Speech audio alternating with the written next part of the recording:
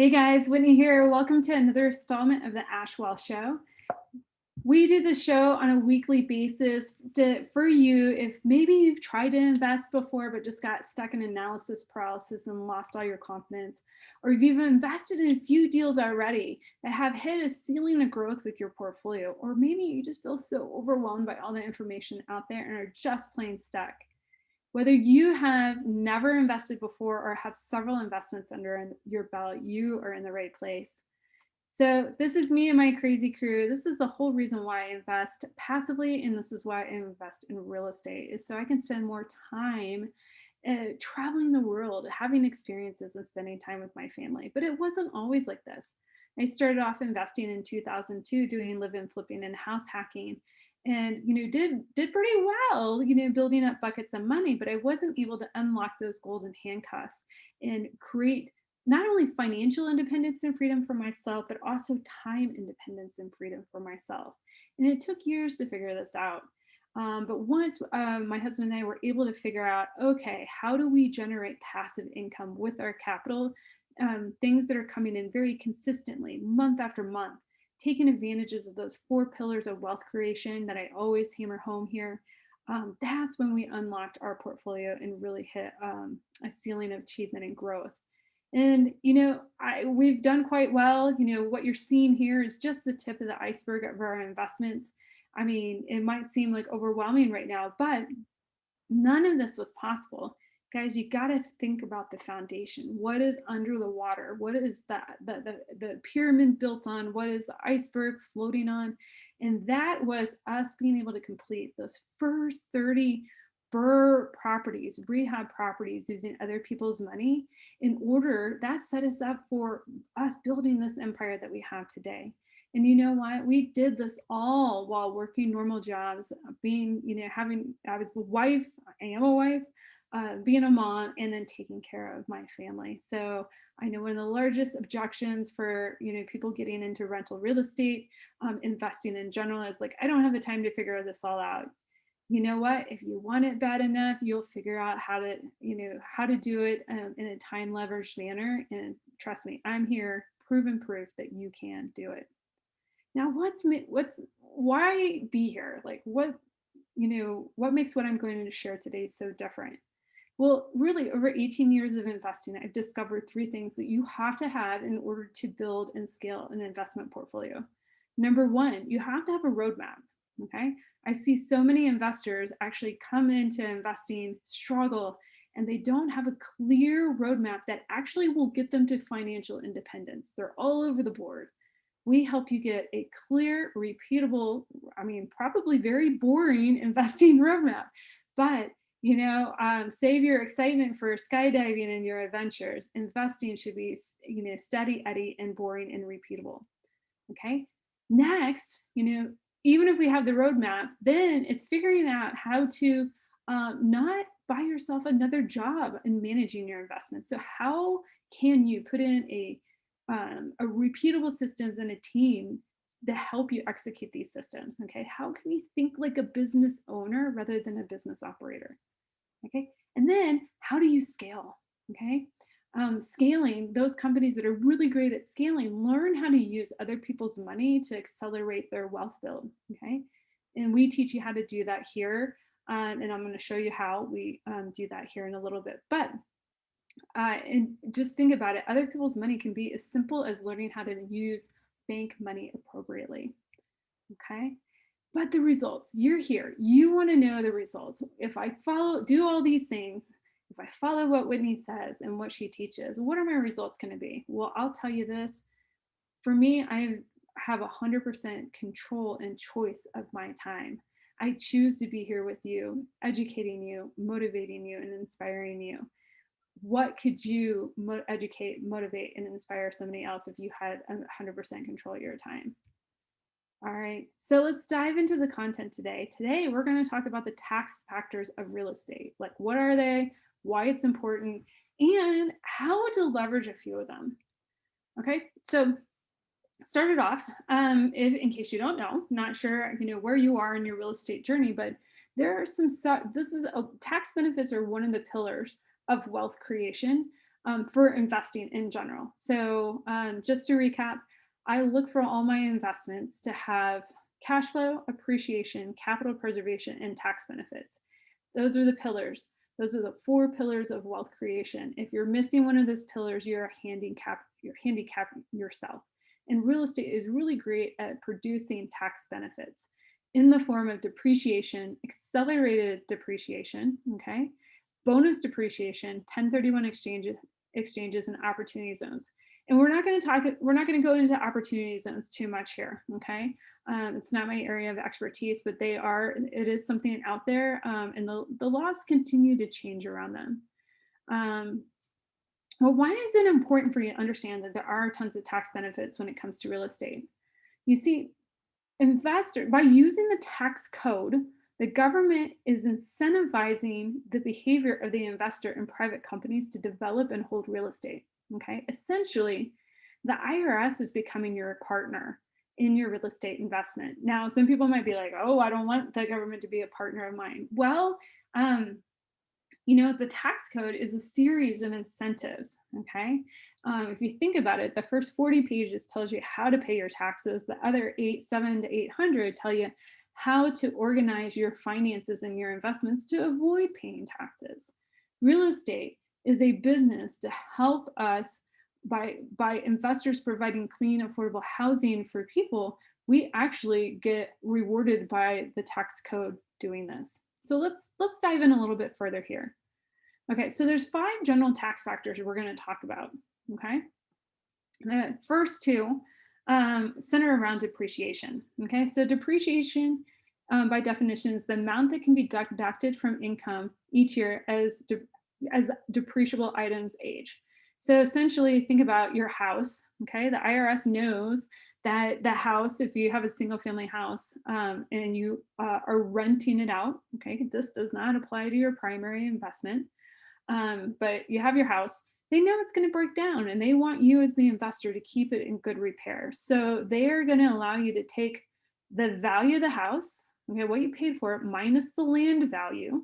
Okay, so basically the value of anything that's been added to the property, and deduct, you divide it by 27.5 years. And so you get maybe, on a $100,000 property, like $3,000 to $3,500 in a depreciation write-off every single year. This helps keep your income tax-free. All right. Cost segregation. This is a way to actually help you identify all the related costs on a property that can be depreciated in 20 years or under.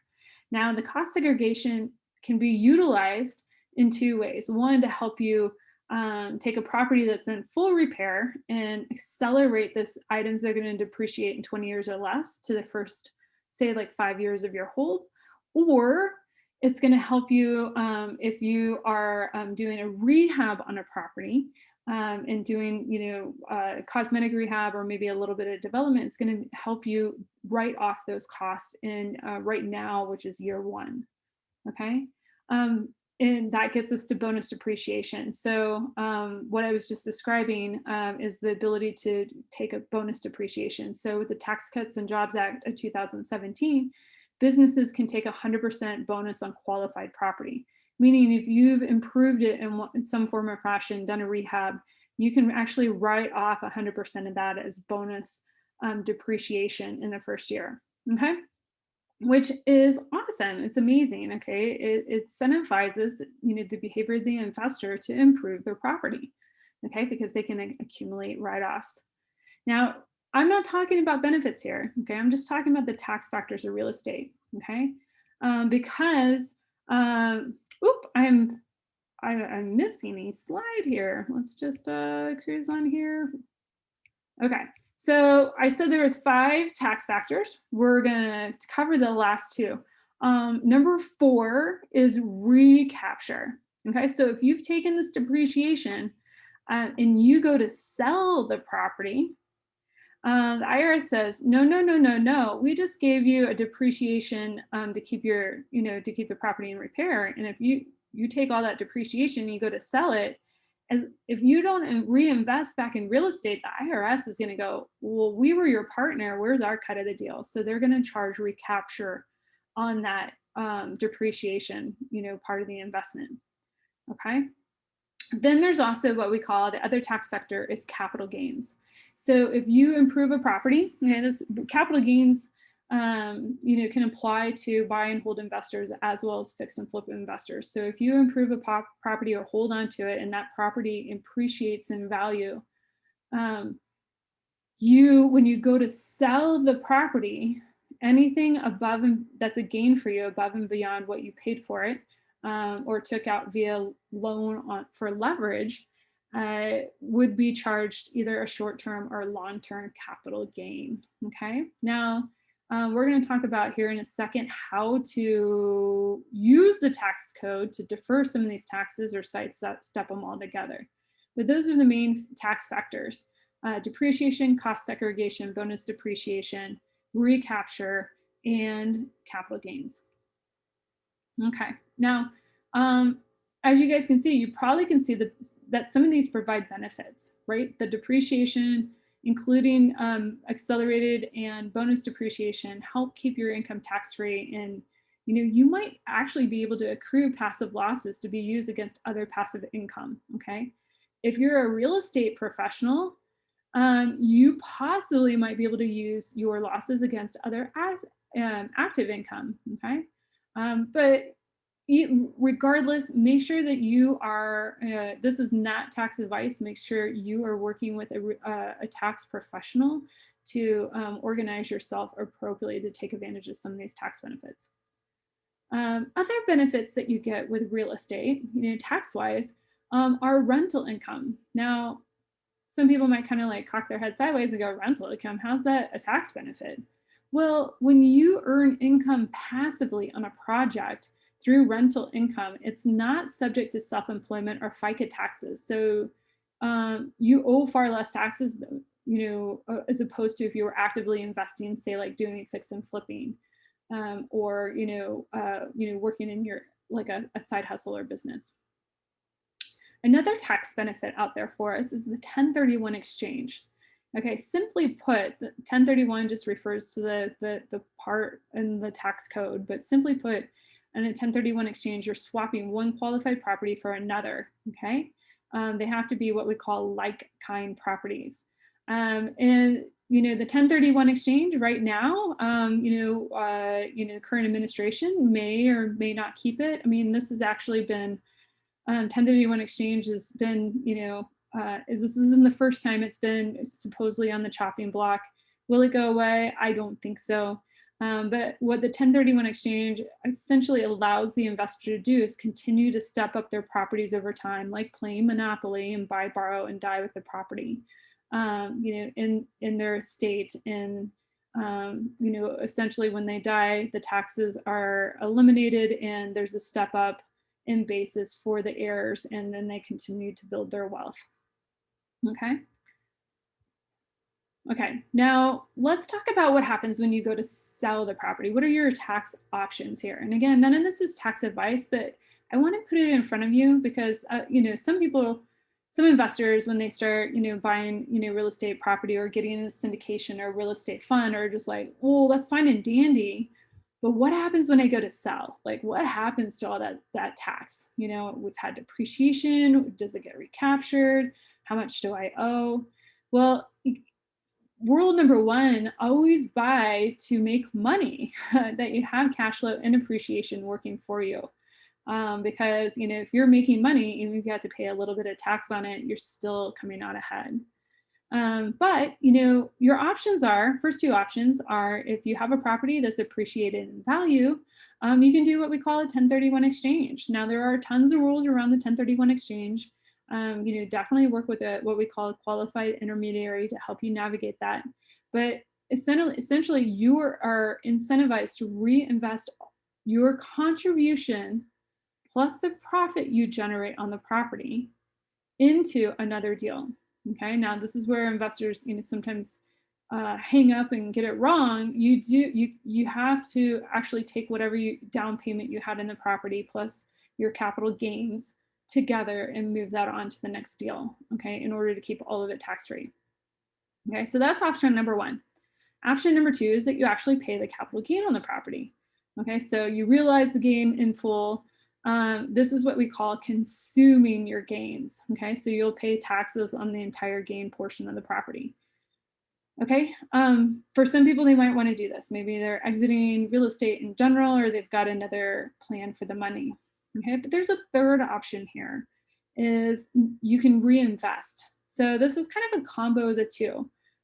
You can actually realize the gains in full on the property that you sell, and in the same year, reinvest into another deal, syndication, or fund that offers tax benefits.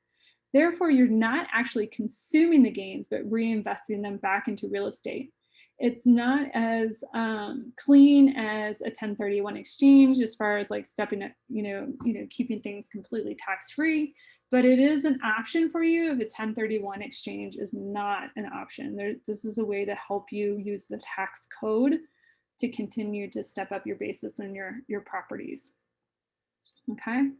So guys, this is a ton of information, but I just wanted you to kind of get a picture of the benefits of tax real estate, okay, the factors that are involved, the benefits to you, and that it's really not as arduous or as scary as one might think. And, when you go to exit on the property, how do these things kind of work? Okay, and if you feel like this has been time well spent so far and you want help with this, we have got a program for you. It's called the Investor Accelerator Mastermind. This mastermind is for people who are just starting off in real estate, don't have a deal yet under their belt, or somebody who's hit, has a few deals under their belt and has hit a ceiling of achievement. In the mastermind, we think of it like 4 legs on a table. If any one of these legs are missing, the table is going to fall over. And oftentimes when I'm talking to an investor, they have at least 2, if not 3 legs of their table missing. That is why they're not moving forward in their investing career. So number 1, you got to have the right education. All right. We give you the right education with the lifetime access to the Investor Accelerator course. 2, you have to have that right investing roadmap. Okay. So we help you create a lean investing roadmap. We give you all the tools to build the right mindset, vision, and strategy so you can continue to level up your game.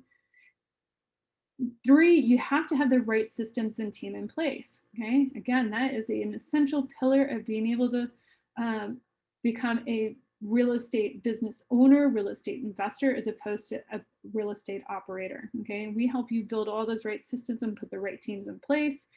And then we help you in support and scaling. Okay, so we're going to do over 24 business calls throughout the year. These are going to be combined business strategy sessions as well as expert mastermind sessions. We even have touch points in between these sessions to help you bust through, set your goals, bust through your obstacles, and level up your game. So guys, just think of this. With the right education plan and systems in place and support, how far do you think you could scale your investing portfolio? If you're interested, jump over to ashwealth.com/apply, fill out the 10-second application, then we'll hop on the phone and make sure that this program is the right program for you. Thank you so much today for spending your most valuable resource, which is your time, and I look forward to talking to you really soon.